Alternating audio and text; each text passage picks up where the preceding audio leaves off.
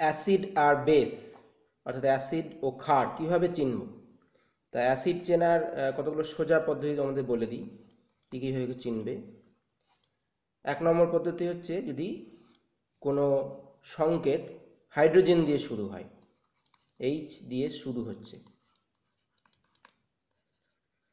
যেমন HCl hydrochloric acid, বা H2SO4 sulphuric acid, HNO3 এরকম এইচ দিয়ে শুরু হলেই সেটা সাধারণত অ্যাসিড হবে।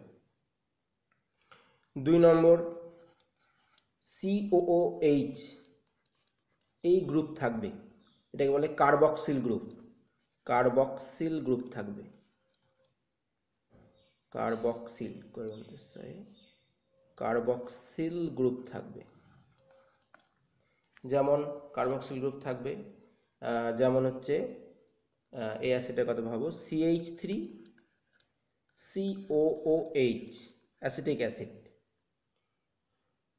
বা HCOOH ফর্মিক অ্যাসিড, দেখো COOH এইটা আছে, ওকে, বা C2H5COOH এই COH গ্রুপ থাকলে সাধারণত সেটা অ্যাসিড হয়।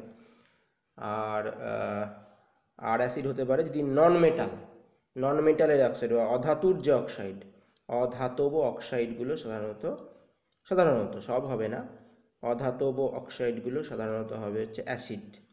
অধাতব অক্সাইড যেমন হচ্ছে NO2 বা CO2 carbon dioxide, sulphur dioxide, এখানে কার্বন বা নাইট্রোজেন বা এদিক থেকে সালফার এগুলো সব হচ্ছে অধাতু, তোমরা জানো, তাই অধাতব অক্সাইডগুলো সব হবে হচ্ছে অ্যাসিড।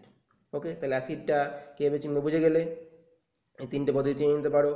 আচ্ছা, এবার ভাবো দেখি এবার বেস কী করে চিনবে বা ক্ষার কী করে চিনবে, ক্ষারকীয় পদার্থ কীভাবে চিনবে। তা দেখো কীভাবে চিনবে। এবার আসি বেস চেনার পদ্ধতিতে, এটাও খুব সোজা। 1 নম্বর রুলস কি না, যদি কোনো যৌগের সংকেতে যদি আমরা OH-টা পাই, সংকেতে OH থাকবে, OH গ্রুপ থাকবে,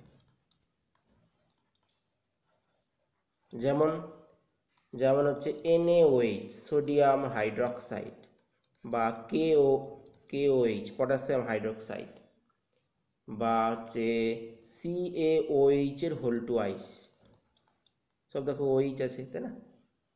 তাহলে এইগুলো হচ্ছে আমাদের বেস বা ক্ষার হবে।